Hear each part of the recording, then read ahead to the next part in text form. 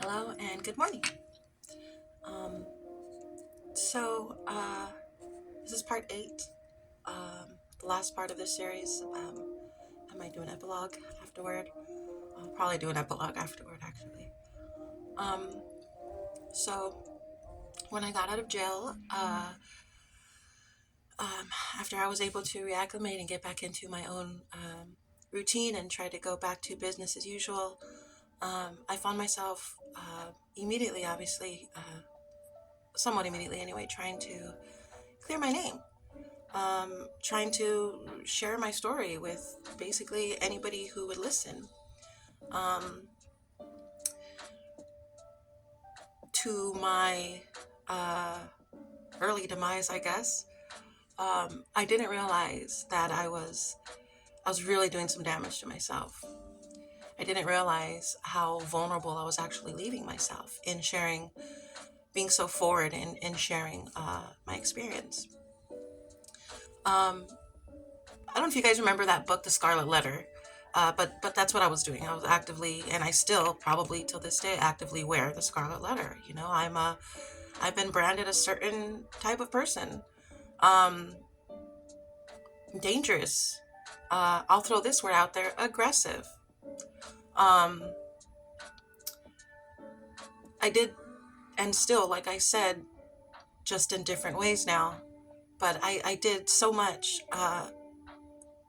active fighting to justify myself, fighting to clear my name. Um, I I pride myself in being a great mom because I have a great mom. I had a great dad.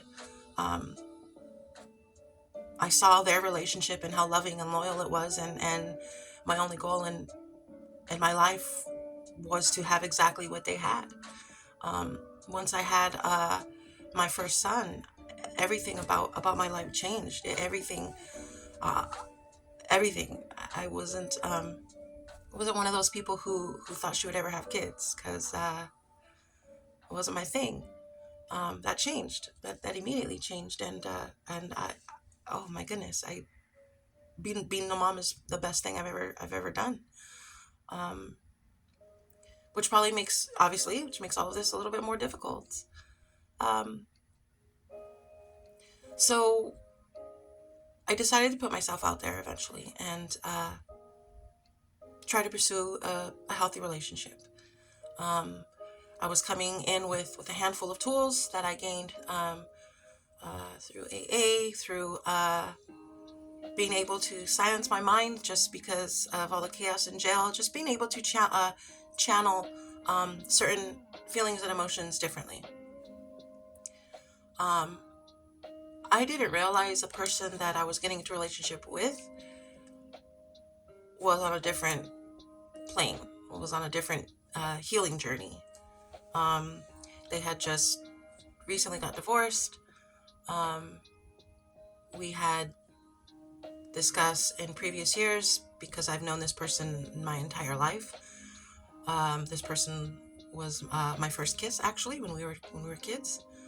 Um, but it was discussed that if he was ever going to uh, get a divorce, that we would we would try to hang out, and we did. And almost immediately, we started dating each other. I was with him a lot.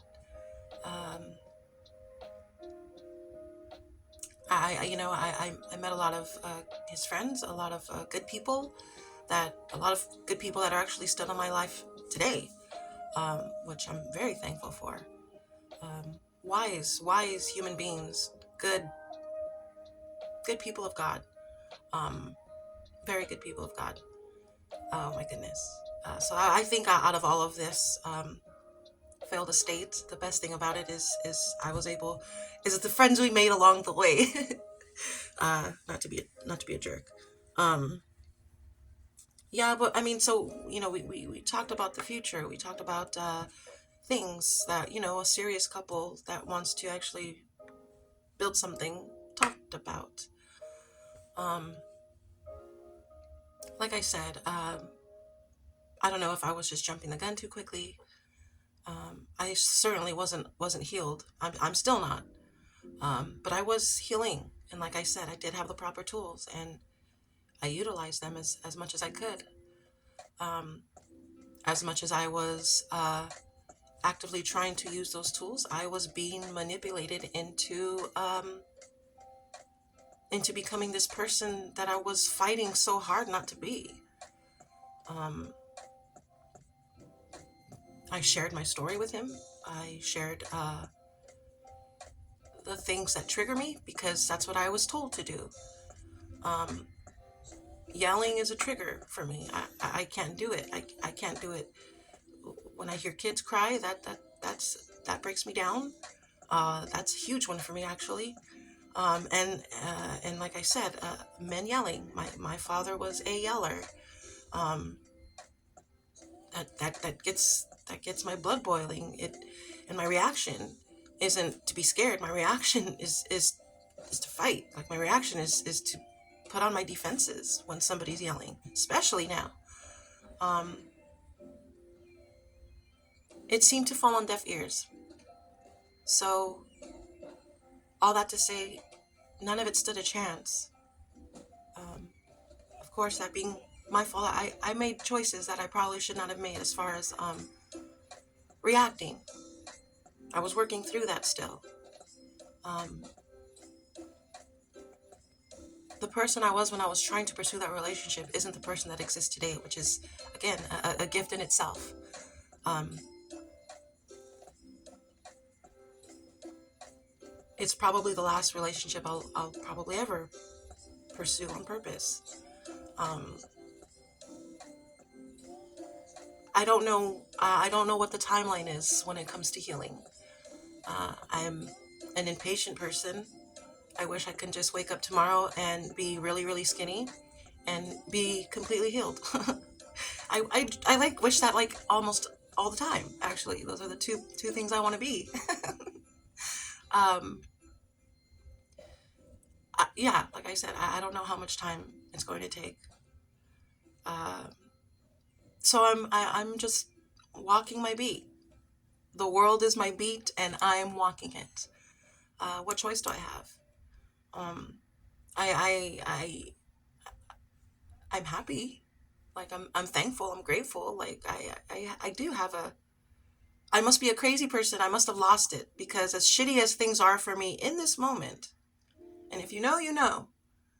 But as bad as they are right now, I really have nothing to complain about. I'm in a good place. I'm in such a good place. I I, I always tell my pastor, I feel like it's the joy of the Lord, because I don't know what else it is. I'm nuts. I have to be nuts.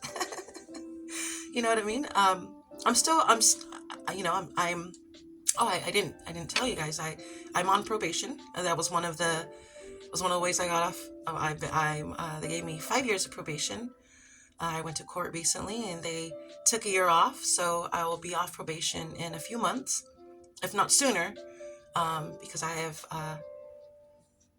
plans, and probation's getting in the way of those plans. So um, I'm going to go to court again soon, to see if I can, you know, rub my elbows with some judges and be like, hey guys, come on, you know. So I'm a little, I guess, excited about that. Um,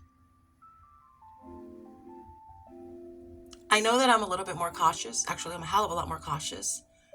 Um, I try my best not to show when I'm on defense. I don't actively share a thing about myself.